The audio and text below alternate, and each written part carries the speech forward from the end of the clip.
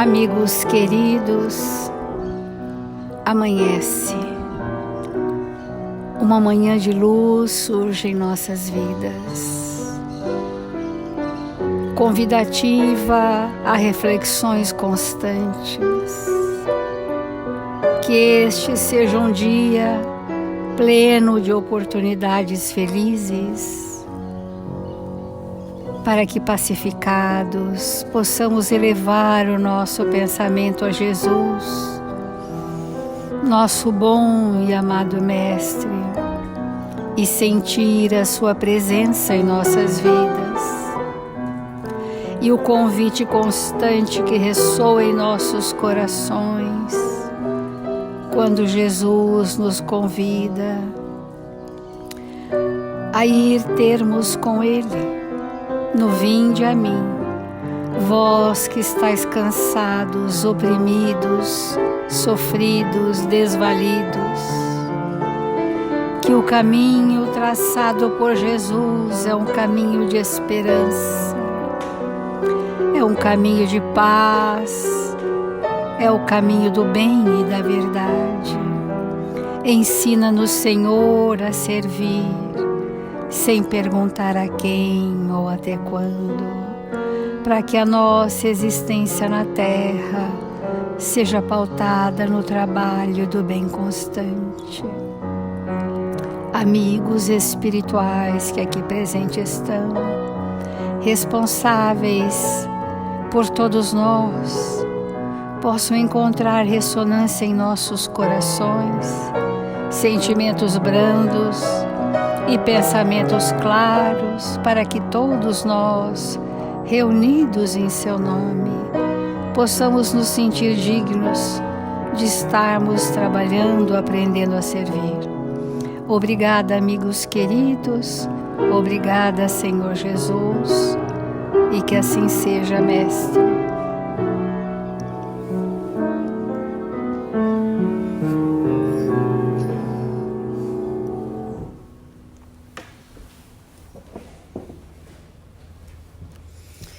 Do Evangelho segundo o Espiritismo, capítulo 5, Bem-aventurados os aflitos.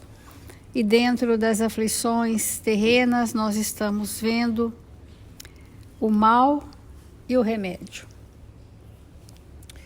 É muito esperançoso nós compreendermos profundamente o que em nossas vidas são remédios, ou seja, a terapêutica ao espírito para curar o ser espiritual, o remédio. Muitas vezes nós entendemos por remédio aquilo que nós clamamos para aliviar dos nossos sintomas, sejam espirituais, emocionais ou físicos. Mas o remédio que nos há de curar, na terapêutica ao espírito, ele pode nos surpreender, porque ele não vem redimir sintomas, mas o verdadeiro remédio do planejamento reencarnatório, ele vem eliminar causas. Então, quando vos atinge um motivo de desespero, quando vos atinge uma inconformação ou um sofrimento, mantenhamos o pensamento na confiança inabalável de que o remédio chegará para nós. E às vezes o remédio chega e nós não registramos. E nos recusamos a tomar. Mas se devesse chorar e sofrer toda uma vida, que seria isso ao lado da eternidade de glória reservada àquele que tiver suportado a prova com fé, amor e resignação? Essa é a pergunta de Santo Agostinho. Lembrando que é Santo Agostinho, no Livro dos Espíritos, que nos ensina o ato de refletir. É o Espírito que nos convidou a visitar a nossa consciência, né, na pergunta de quando nós adormecermos, estamos indo para a noite de sono, que nós perguntássemos para a nossa consciência se naquele dia nós tínhamos feito tudo e muito mais que estivesse ao nosso alcance. E essas perguntas que ele fez deu a esse espírito essa habilidade de montar reflexões profundas que nos levam a refletir. Ele está falando aqui nessa frase da vida eterna. Ele está falando que suportar a prova só é possível com fé. Ele está dizendo que nossa existência é um ponto na eternidade e que nós nos lançássemos para viver como espíritos definitivamente. Que as circunstâncias reencarnatórias são necessárias, mas elas não encerram tudo o que é a vida do espírito. E que nós possamos alargar os nossos horizontes para sairmos do confinamento de que a dor perpetua em nós. A dor perpetua em nós porque nós assim a desejamos. Nós assim incrementamos essa dor de forma que ela se eternize em nós. E então, procurai, pois, consolações aos vossos males no futuro que Deus vos prepara, e a causa deles no passado. Então, nós precisamos sentir as causas do passado. Não é para nós passarmos uma régua no passado e seguir daqui para frente, porque isso seria negar a perceber-nos enquanto espíritos em sua anterioridade. Então, nós precisamos lançar mão das nossas tendências para entender o que é que estamos criando para nós, ou não. Então, Deus vos prepara e a causa deles no passado, e vós que sofreis mais, considerai-vos os bem-aventurados da terra. A exemplo dos grandes cristãos e dos espíritos luminares que em várias áreas da evolução do planeta estiveram na Terra, dos cientistas aos filósofos, aos poetas, aos grandes artistas, aos grandes progressistas da humanidade, que vieram dar um impulso evolutivo, todos eles deram testemunhos dificílimos. E nós poderíamos perguntar, mas eles, que estão num patamar tão mais elevado do que o nosso, ainda sofrem? Necessitam sofrer? Porque quanto mais avançado o espírito, mais qualquer delicadeza que ainda reste no seu campo perispirítico, contrário ao bem, para ele é uma necessidade de reparação. Sutilezas que para nós passariam desapercebidas, mas que para esses espíritos, eles querem, desejam, alavancam a sua vontade para se redimir totalmente. Então, cada vez que eles reorganizam energeticamente o perispírito no trabalho do bem, mais se iluminam. E nós somos aqueles que pedimos para que esses males que vão esculpir em nós sentimentos nobres sejam retirados de nós. Então e às vezes são retirados de nós porque não está no tempo ainda, não temos a maturidade do senso moral suficiente para dar aquele testemunho. Então, olha que complexo é o remédio que Santo Agostinho está mostrando para nós dos males que nos atormentam. O remédio aos males que atormentam o espírito. Porque quando desencarnados, nós escolhemos essa prova, não deliberadamente, mas com o amparo generoso daqueles espíritos que são os nossos guias espirituais, os nossos guardiões, os nossos amigos da vida maior.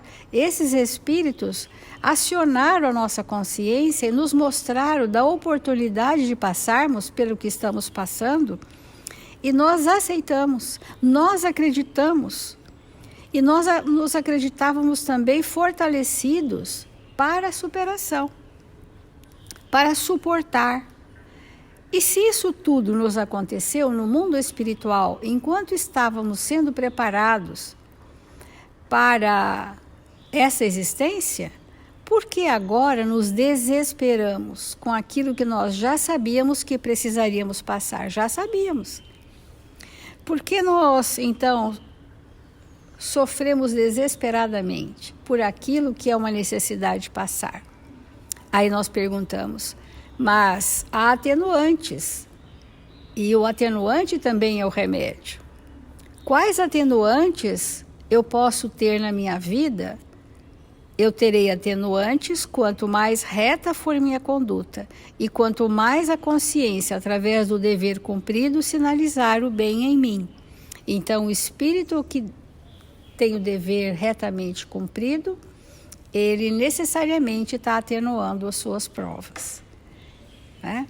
Então, estamos falando de um dos remédios mais importantes e mais desafiador que Jesus veio nos ensinar na Terra, que é o perdão. Quando nós soubermos verdadeiramente perdoar, nós seremos espíritos livres do peso milenar de erros inconfessáveis. Então, é muito importante nós entendermos como é que se perdoa, qual é a dinâmica do perdão, porque algumas pessoas perdoam mais facilmente que outras. Vamos compreender, essa é uma das lições que Emmanuel nos traz no livro Rumo Certo, Agressores e Nós. Quase sempre, categorizamos aqueles que nos ferem por inimigos intoleráveis. Entretanto, o Divino Mestre, que tomamos por guia, determina que venhamos a perdoar-lhes 70 vezes 7.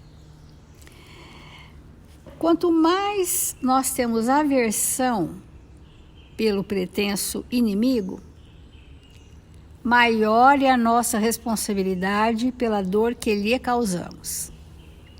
Observem, quanto mais aversão ao inimigo, mais revela a dor que lhe causamos, porque fizemos dele um inimigo, ao invés de fazermos dele um amigo. E nesta reflexão, muitas vezes nós não percebemos que o motivo dos nossos desafetos se aproximarem de nós, sejam eles encarnados ou desencarnados, é para que eu tenha a oportunidade de perdoar. Por isso que eles são trazidos. Então, por outro lado, as ciências psicológicas da atualidade terrestre nos recomendam que é preciso desinibir o coração, escoimando-o de quaisquer ressentimentos, estabelecer o equilíbrio das potências mentais, a fim de que a paz interior se nos expresse por harmonia e saúde. Muitas vezes nós somos convidados pelos pensamentos modernos da atualidade a liberarmos tudo que de mal há em nós para nos sentirmos aliviados.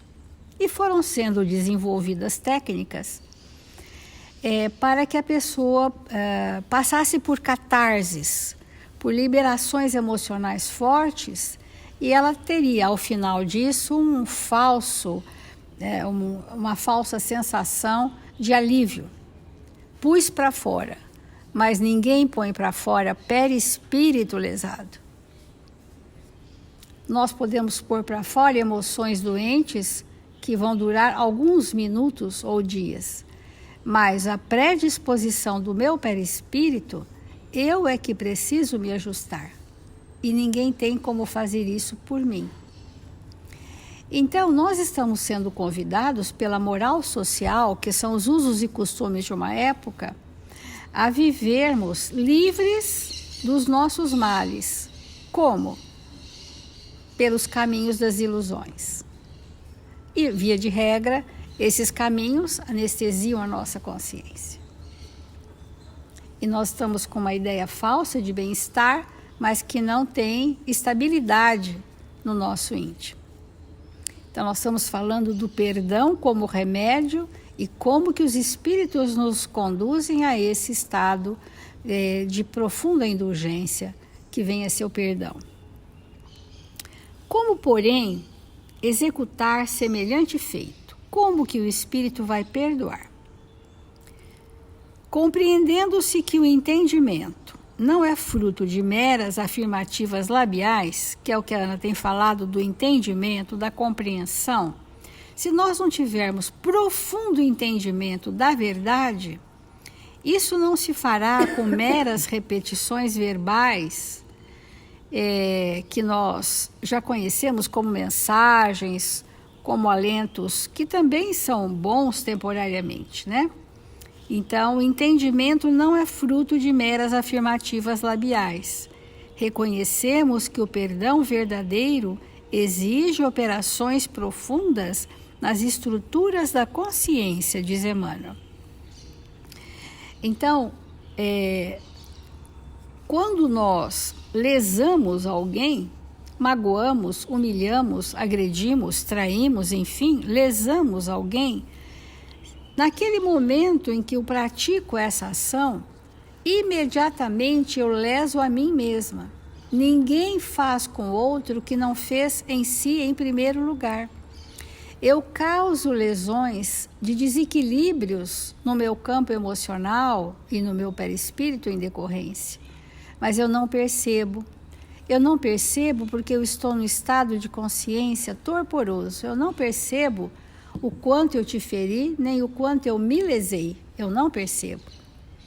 Mas à medida em que há o progresso e a aquisição de valores éticos e morais, a minha consciência não vai suportar conviver com aquele desatino que às vezes perdurou séculos. E no momento em que a minha consciência sinaliza para mim que alguma coisa em mim não está bem, esse influxo divino vindo da consciência vai começar a incomodar o enquistamento do mal que eu cometi para o outro.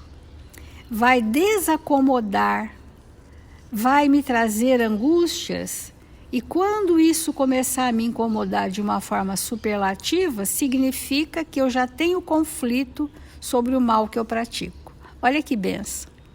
Significa que a aquisição do bem que eu já tenho é suficiente para se contrapor com o homem velho. E esse conflito é que vai mobilizar que eu tome uma nova postura. E essa nova postura é a reconciliação com os meus desafetos no planejamento reencarnatório. Eis aí o princípio do perdão segundo Jesus, que nos proporciona um reencontro com aqueles que eu preciso me reconciliar e que mobiliza as fibras íntimas das minhas emoções mais superiores. Esse é o prenúncio do exercício do perdão.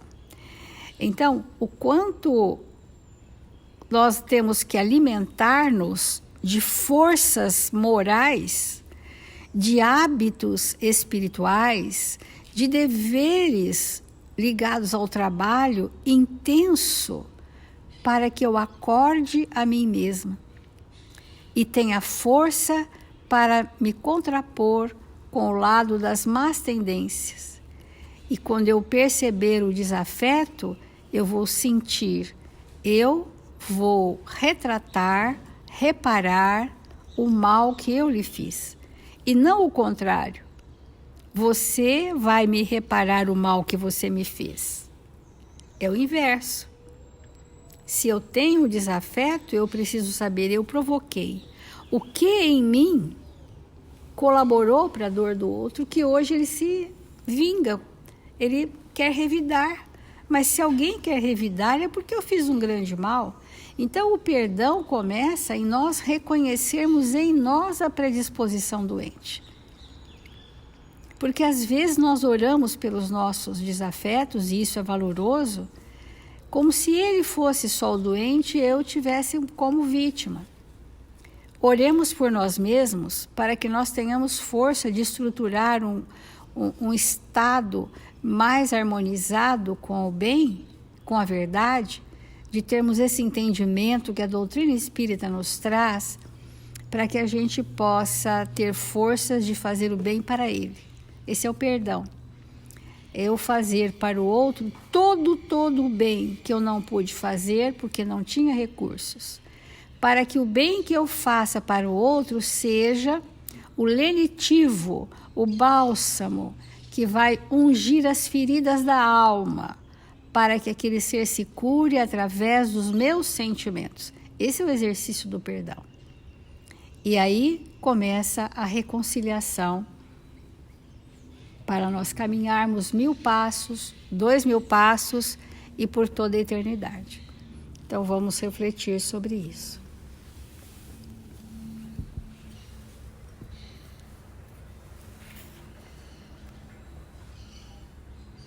O remédio do perdão só poderia ter sido trazido para o nosso entendimento por um espírito como Jesus, em função da dificuldade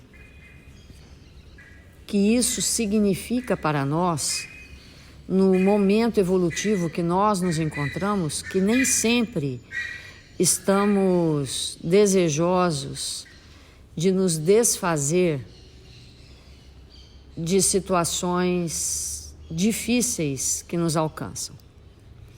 Então, nós trouxemos um texto intitulado Perdão, do livro Escrínio de Luz, em que Emmanuel faz um comentário muito importante sobre essa questão do perdão. Ele diz assim: perdão é a possibilidade de trabalhar no resgate de nossas próprias faltas, que é exatamente o que a Célia comentou conosco. Mas se alguém fez um mal para mim, por que sou eu que tenho a oportunidade de trabalhar no resgate das minhas próprias faltas, se a falta foi feita pelo outro? Parece que isso é uma coisa sem nenhuma lógica.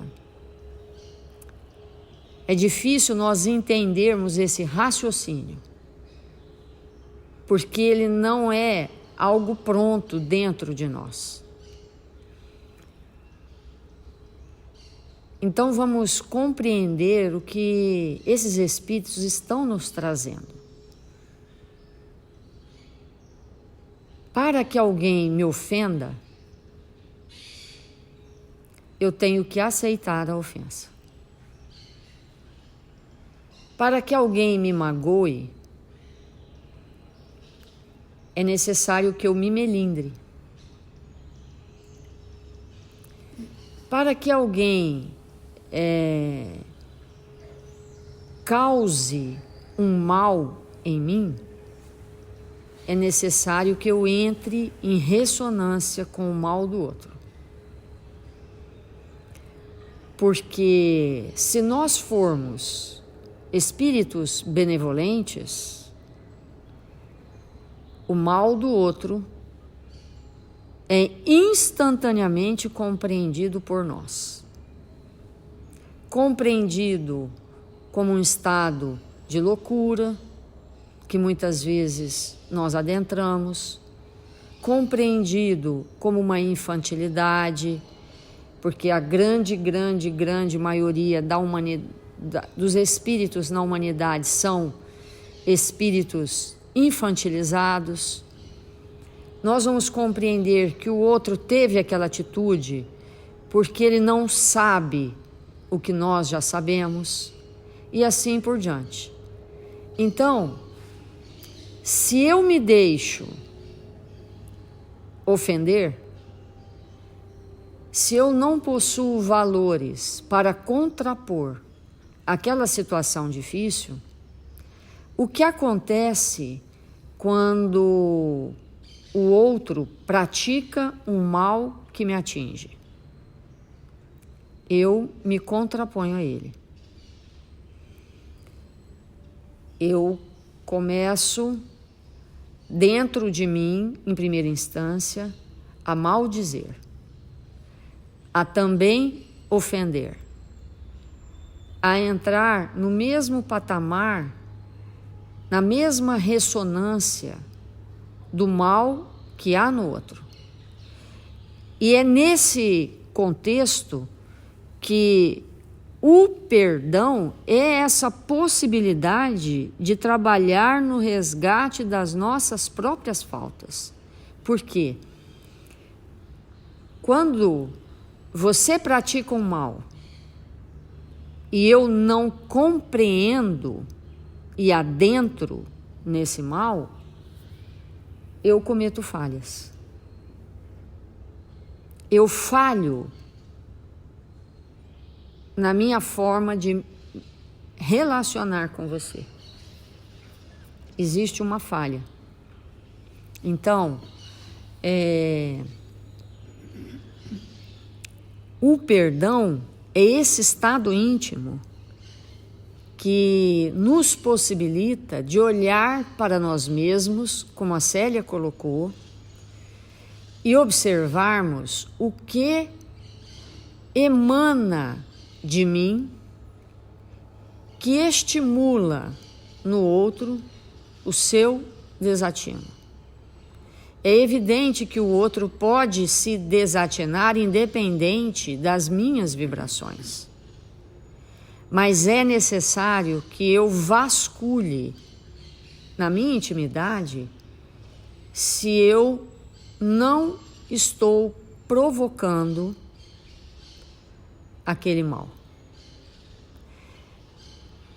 Se aquela situação não partiu em primeira instância de mim, de forma consciente ou inconsciente. Porque muitas vezes a nossa forma de elaborar o pensamento, de emitir as nossas vibrações, são suficientes para destampar naqueles que convivem conosco o que há de pior neles.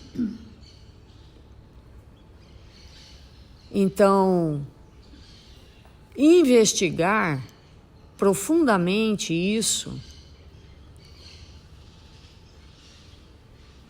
é o caminho de nós conhecermos a nós mesmos.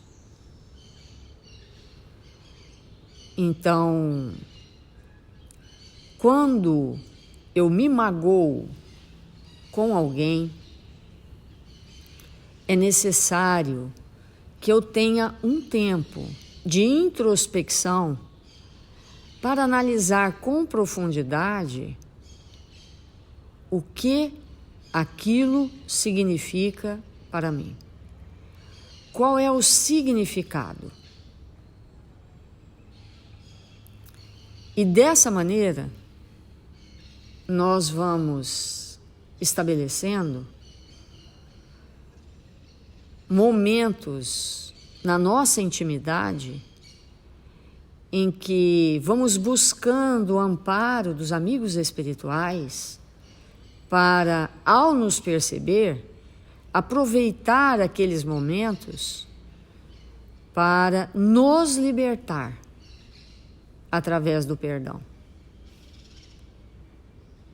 Porque o auto-perdão é algo tão complexo e difícil quanto perdoar aqueles que nos ofendem. Esse processo ele precisa ser conhecido pelo espírito, porque o espírito que se magoa e carrega na sua intimidade essa nódoa, ele fica preso por tempo incontável e as suas potencialidades não se expandem, porque ele adota um sistema circular de pensar. Ele pensa de maneira circular e todo o tempo todo ele volta na cena, ele volta no fato, ele volta naquela conversa, ele volta naquela atitude, porque, na verdade, ele tem o prazer mórbido de se alimentar daquelas vibrações difíceis, porque em geral somos viciados na culpa, em geral somos viciados no sintoma, vamos dizer assim, do vitimismo, que estabelece um processo vicioso na nossa intimidade. E, portanto, esse estado de coisas precisa ser modificado, porque libertos vamos caminhar muito mais rápido e livremente no nosso processo evolutivo. Vamos fazer a nossa prece para que esses entendimentos que o Evangelho nos traz, que são tão esclarecedores, tão inovadores para nós na Terra, possam realmente nortear nossos pensamentos e nos tornar espíritos melhores, em especial na convivência e nos relacionamentos. Vamos orar.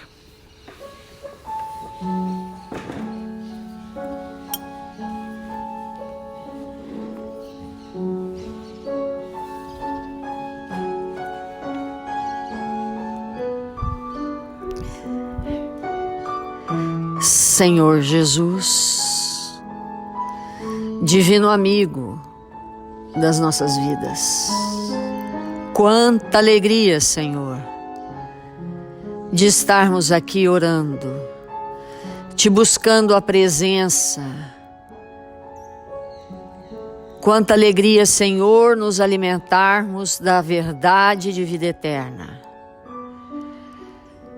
Quanto bem, Mestre amado, nós somos capazes de realizar quando compreendemos as lições de vida eterna que o Senhor nos trouxe.